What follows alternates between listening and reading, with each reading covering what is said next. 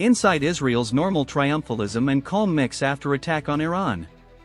Israel has been on high alert since it launched a wave of joint attacks with the US against Iran. Commentators within Israel have described a sense of business as usual in the wake of the country's joint attack with the United States against Iran. It's Saturday, so the streets are naturally quiet, political analyst Ori Goldberg said from outside Tel Aviv, as he returned from his shelter for the second time. I think, politically, there's a sense of triumphalism, of having attacked an enemy regime.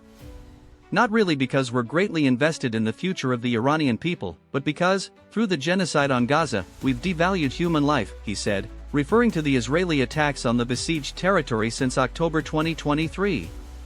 Returning to shelters around the country is now the stuff of everyday life for most Israelis, he said. Israel has been on high alert since it launched a wave of attacks on Iran, the country that its leaders have consistently portrayed as its nemesis for decades.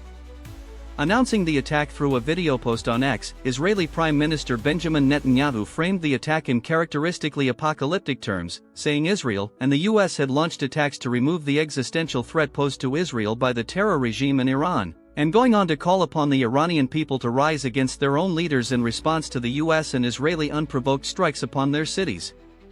Iran has retaliated with its own waves of missiles and drones against Israel and US assets in the region. At least one person was reported wounded in northern Israel. But the latest strikes against Iran were met warmly by Israel's political elite. I want to remind us all the people of Israel are strong. The IDF Israeli army and the Air Force are strong. The strongest power in the world stands with us, opposition leader Yair Lapid wrote on social media, referring to the US. In moments like these we stand together and we win together. There is no coalition and no opposition, only one people and one IDF, with all of us behind them. In a subsequent post written in Farsi, he echoed the Prime Minister's calls for Iran to enact regime change from within, a long-standing Israeli policy. Accounts of the relative calm in Israel stand in sharp contrast to previous escalations, when sources described panic and bulk buying before an anticipated Iranian response to the wave of strikes Israel launched against targets in Iran. People here are well trained, Ida Toma Suleiman, a Palestinian member of the Israeli parliament representing the left-wing Hadashtal faction, which is almost alone in opposing the strikes, said from her apartment near Haifa, where she had just returned from her shelter. This is what they're saying all the time in the media, how well trained and ready we are. It's crazy. I don't think any country in the world has experienced more war than we have, so this is what they mean by trained, she said, referencing the wars on Iran, Lebanon, Yemen and Gaza that Israel has waged since the Hamas-led attack of October 2023. As Toma Suleiman spoke, she was interrupted by an alarm on her phone. That's not the alert. That's a warning on my phone telling me there's going to be an alert and then I'll have to return to the shelter, she explained, laughing drily. You see what I mean about being well trained?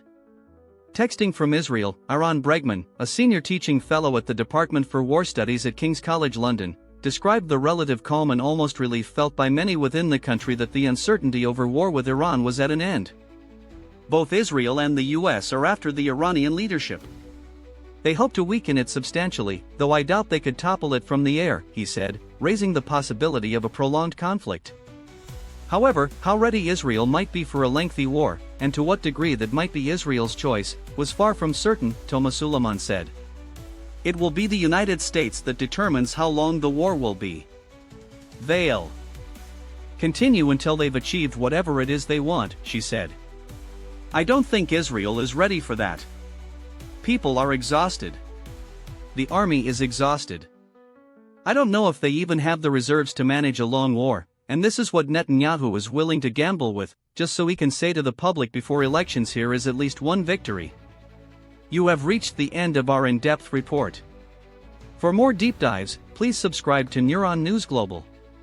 Stay informed, stay ahead.